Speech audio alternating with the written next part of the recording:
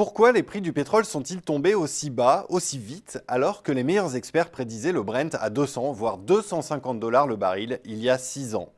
Eh bien, pour comprendre, regardons d'abord le marché réel du pétrole, c'est-à-dire le marché régi par la loi de l'offre et de la demande. Alors, côté demande, la récession de 2008-2009, la crise à rechute en Europe et la perte de vitesse des pays émergents ont freiné l'évolution de la consommation, alors que le marché avait besoin d'1,4 million barils supplémentaires par jour entre 2000 et 2007, il n'en réclame plus que 738 000 depuis 2008, soit une division par deux.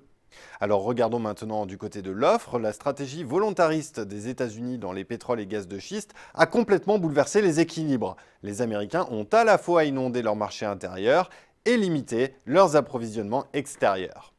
Quant à l'Arabie Saoudite, elle a décidé de conserver coûte que coûte ses parts de marché, quitte à accentuer la baisse des prix en augmentant sa production.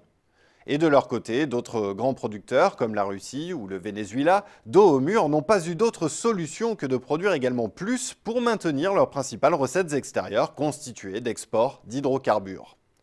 La conséquence de ce raz-de-marée de brut, c'est que la production mise sur le marché a progressé de 7% entre les deux périodes face à une demande qui, elle, patine. Alors on a d'abord stocké ces surplus, mais les cuves se sont très vite remplies et c'est ainsi que la digue des 110 $ le baril a cédé en juillet 2014. Mais pour bien comprendre l'amplitude de la baisse, il faut dans un second temps prendre en compte l'impact des marchés financiers sur les cours, les fameux futures. Il faut avoir en tête quelques chiffres clés. Les volumes de pétrole qui y sont échangés représentent 35 fois le marché réel. Concrètement, cela veut dire qu'il s'échange 35 barils virtuels pour un seul baril réel. C'est donc une bourrasque quand les marchés financiers basculent. Sur ces marchés interviennent une multitude d'opérateurs. Les hedge funds, par exemple, ont un comportement purement spéculatif qui amplifie les fluctuations.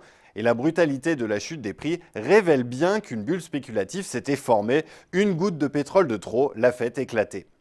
Mais pour comprendre la formation du prix du pétrole, il faut aussi prendre en considération, dans un troisième temps, l'impact du dollar.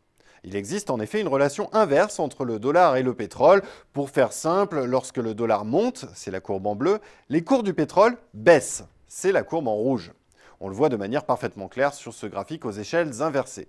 D'ailleurs, statistiquement, le coefficient de corrélation entre janvier 2000 et mars 2015 est de moins 0,92, ce qui révèle la force du lien entre cours du dollar et cours du pétrole.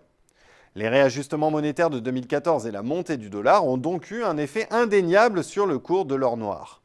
Mais il ne faut pas esquiver non plus l'impact du contexte géopolitique, c'est le quatrième élément. Le pétrole est en effet une arme redoutable dans les enjeux géostratégiques. Une arme redoutable dont les États-Unis ont visiblement repris le maniement. On voit d'ailleurs très bien qui est déstabilisé par la chute du prix du pétrole. Ce sont des pays comme la Russie, le Venezuela, l'Iran. On voit aussi que la baisse assèche le financement de l'État islamique.